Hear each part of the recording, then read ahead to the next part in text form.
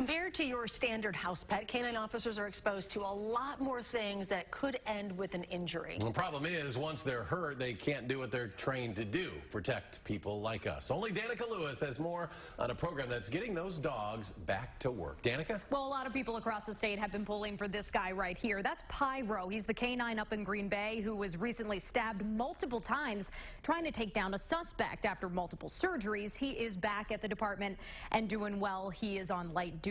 Well, a special group of veterinarians at UW-Madison has helped nearly 60 agencies throughout Wisconsin to make sure their four-legged officers are ready to serve when they're needed. One of those brave boys in uniform is Riker, this handsome guy right here. And it's safe to say that his bite is worse than his bark. At least now it is.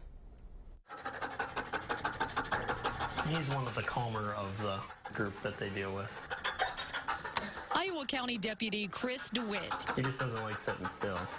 Is a little better at masking his pre-surgery jitters. There's a risk for every time that they have to put him under. It's been about a month since he was last in the waiting room. His upper canine broke off. Wrangling his partner. About halfway. Riker. A lot of what he does is his ability to pick it up or want to pick it up. Poor guy. Their teeth health is great priority for him. Feeling heavy, aren't you? They're very bonded, just as most people are with their pets, but it's almost at a different level. This is the quietest we've ever seen him.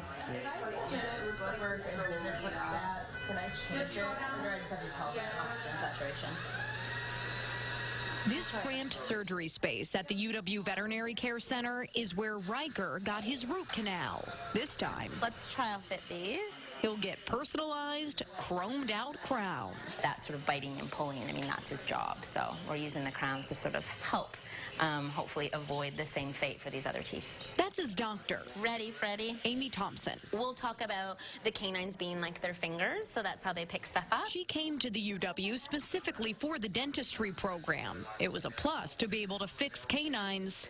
Good, okay. Definitely like Riker and our other canine officers that we see. I mean, that's so important for the job that they do. Or, you know, we have therapy dogs that help pick things up for their owners that can't on their own. There's a little less blue core on 304 than I remember.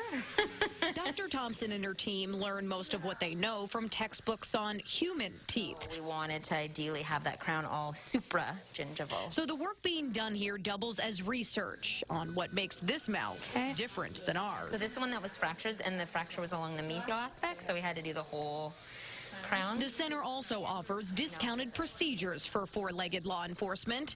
Otherwise, their bosses might not have the budget for a procedure like this. It's amazing the stuff that we can do to hold on to those teeth and preserve them. Hours later, Riker's back to, well, being Riker.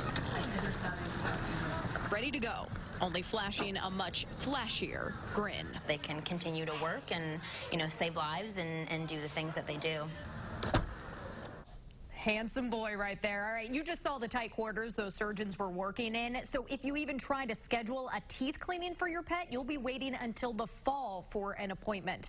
The Veterinary Care Center is raising nearly $40 million right now to expand its current facilities, which could mean more space for the dentistry program. And of course, we have that information up on channel3000.com. Really interesting look into how that whole surgery happened. Yeah, it's kind of unnerving seeing a dog upside down in surgery, right. but then you kind of get used to it and think, oh, we lay on our backs for surgery as well.